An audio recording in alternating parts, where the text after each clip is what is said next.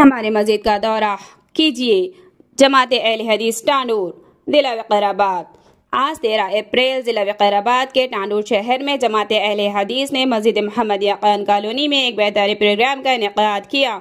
इस प्रोग्राम में खुसूसी मेहमान के तौर पर तेलंगाना स्टेट के चीफ व्हिप पटनम महेंद्र रेड्डी, साबिका MLA पायलट रोहित रेड्डी, साबिका लाइब्रेरी चेयरमैन राजू गौड़ और चंद अहबाब ने शिरकत की और मस्जिद में काज़रीन से खिताब करते हुए कहा कि मुस्लिम मजहब में कुरान पाक में इंसानों के लिए खुदा एक है।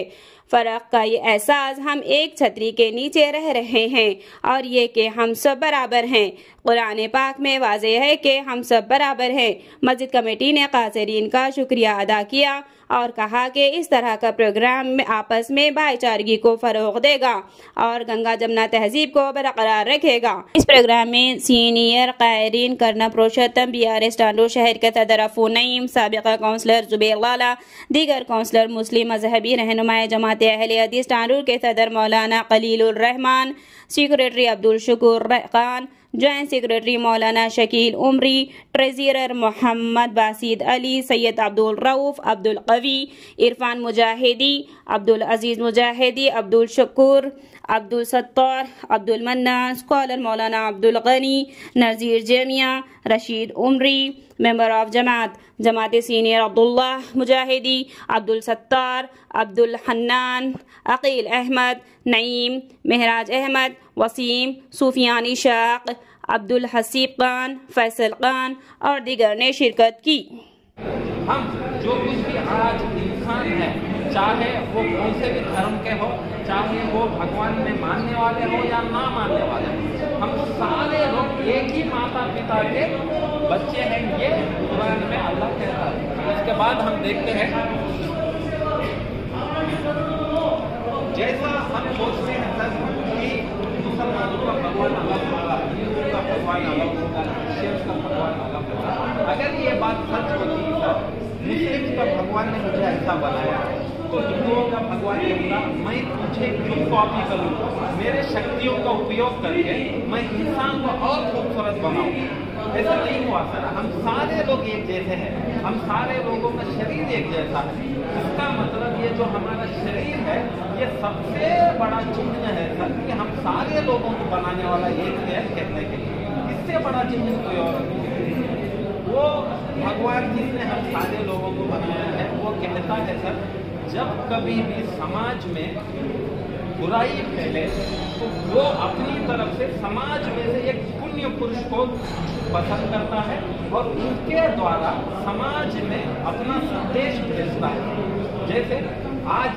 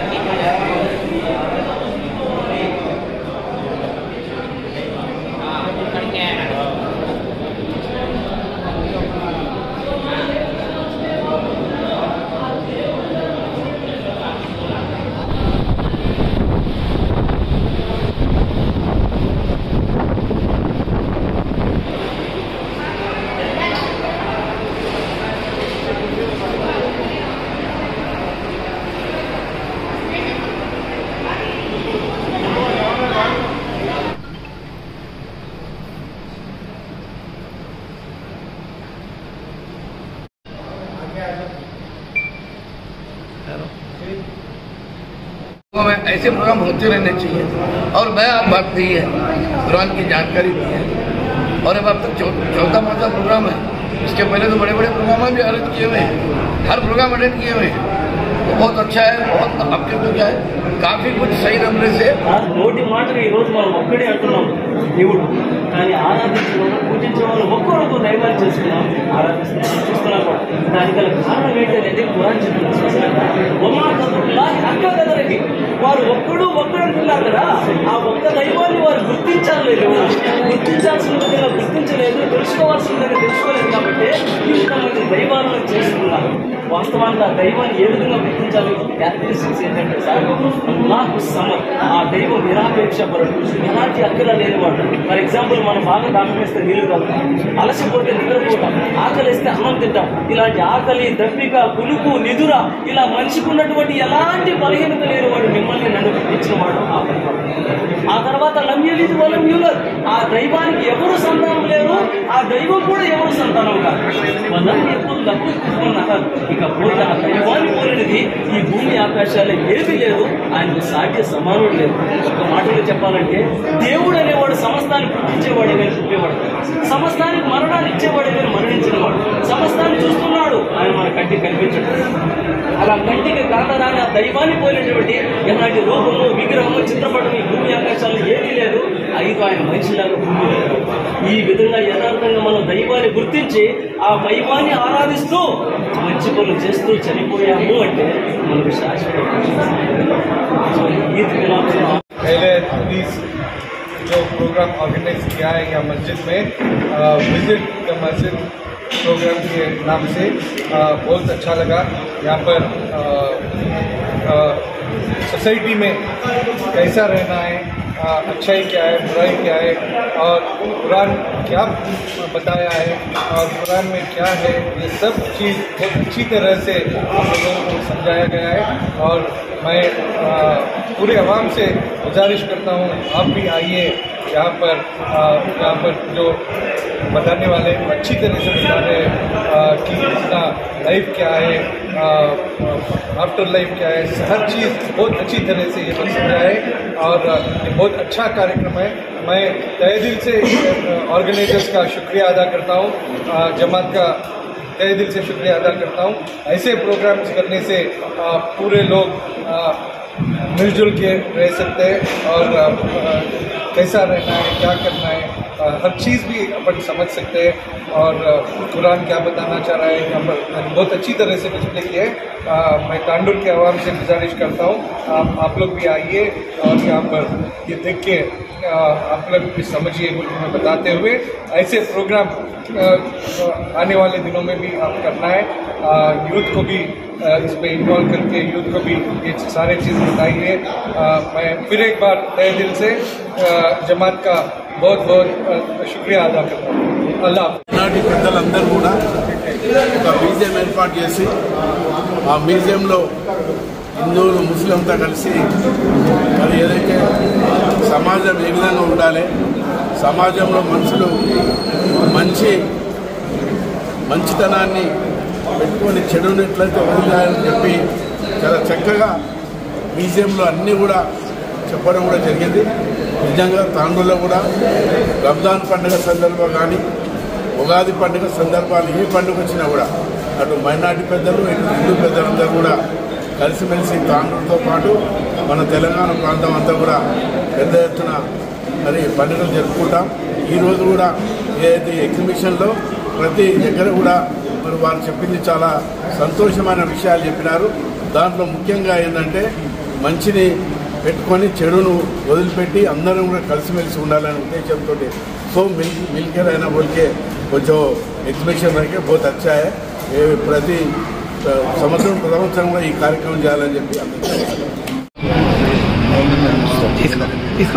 బిస్మిల్లాహిర్రహమానిర్రహీం. ఈరోజు మన తాండూరు నందు ఉన్నటువంటి మస్జిద్ మహమ్మదీయ అల్-హదీస్ మస్జిద్ నందు నిర్వహించినటువంటి ఈ మా మస్జిద్ సందర్శన ఆహ్వానం అన్న పేరుతో ఏదైతే ఈ కార్యక్రమం చేపట్టామో ఈ కార్యక్రమం యొక్క ముఖ్య ఉద్దేశం ఏంటంటే నేడు మన సమాజంలో ఉన్నటువంటి హిందూ ముస్లిం క్రైస్తవ అన్న భేదభావం లేకుండా ఖురాన్ చెప్తున్నటువంటి సందేశం ఏంటంటే నేడు మన ప్రపంచంలో ఉన్నటువంటి మానవులందరూ కూడా ఒకే జంట సంతానమని కలిసిమెలిసి ఉండాలని, అన్నదమ్ముల వలె రక్త సంబంధికుల వలె కలిసిమెలిసి ఉండాలని, అలా జీవిస్తే నేడు మన సమాజంలో దూరమైనటువంటి శాంతి, సామరస్య, సోదర భావాలను పెంపొందించుకుని ఒక మంచి సమాజాన్ని మనం తీసుకురాగలము అన్న ఉద్దేశంతో ఈరోజు హిందూ ముస్లిం క్రైస్తవ అన్న భేదభావం లేకుండా అందరినీ మా ఈ మస్జిద్ ఆహ్వాన కార్యక్రమానికి ఆహ్వానించడం జరిగింది. అందులో భాగంగా నేడు ఈ సమాజంలో ఈ ప్రోగ్రాంలో భాగంగా మానవాళికి తెలియజేసినటువంటి మరొక ముఖ్య ఉద్దేశం ఏంటంటే మానవుడు యొక్క జీవిత లక్ష్యం ఏంటి, మానవుడు ఈ జీవితం శాశ్వతం కాదని, పరలోక జీవితమే శాశ్వతమని, ఆ పరలోక జీవితానికి సోపానం ఏంటని తదితర అంశాలు కూడా ఈ కార్యక్రమంలో భాగంగా సర్వ మానవాళికి తెలియజేయడం జరిగింది. जमात अहले हदीस की तरफ से एक कोशिश की गई मस्जिद मोहम्मदी में कि एक अवेयरनेस प्रोग्राम रखा जाए। जैसा कि आज के माहौल में एक बहुत बड़ा गैप समाजों के बीच आ रहा है, मज़हबों के बीच आ रहा है। मज़हब इस्लाम को जानने के लिए बहुत से लोग बेचैन हैं, लेकिन उनको ख़रीद नहीं किया जा रहा। वही इसी सिलसिले में आज एक प्रोग्राम रखा गया, एक्सप्लेन किया गया। हमारे हम वतनी भाइयों को, हिंदू भाइयों को बुलाया गया यहाँ पर, इस्लाम के बारे में जानकारी दी गई, अज़ान, नमाज, रोज़ा जो कुछ भी है इसके बारे में जानकारी दी गई, और मस्जिद क्या है, मस्जिद किस लिए बनाई गई है, मस्जिद में क्या किया जाता है, ये सब चीज़ें उनके सामने रखी गई। इंशाल्लाह हम उम्मीद करते हैं हमारा जो प्रोग्राम रखा गया है हमारे हिंदू भाइयों तक भी एक मैसेज पहुँचा कि मस्जिद किस लिए है। मस्जिद सिर्फ़ और सिर्फ अल्लाह की बड़ाई बयान करने के लिए, इबादत के लिए है, ना कि कोई दूसरी एक्टिविटी से है। और उसके अलावा मज़हब इस्लाम एक वसी दायरा है जिसके अंदर हर चीज़ जो है समा जाती है, चाहे वो ज़िंदगी के कोई शोबे हयात में हो। इंशाअल्लाह उम्मीद करते हैं इस प्रोग्राम से हमारे गैर भाई भी इस्तेफ़ादा करे होंगे।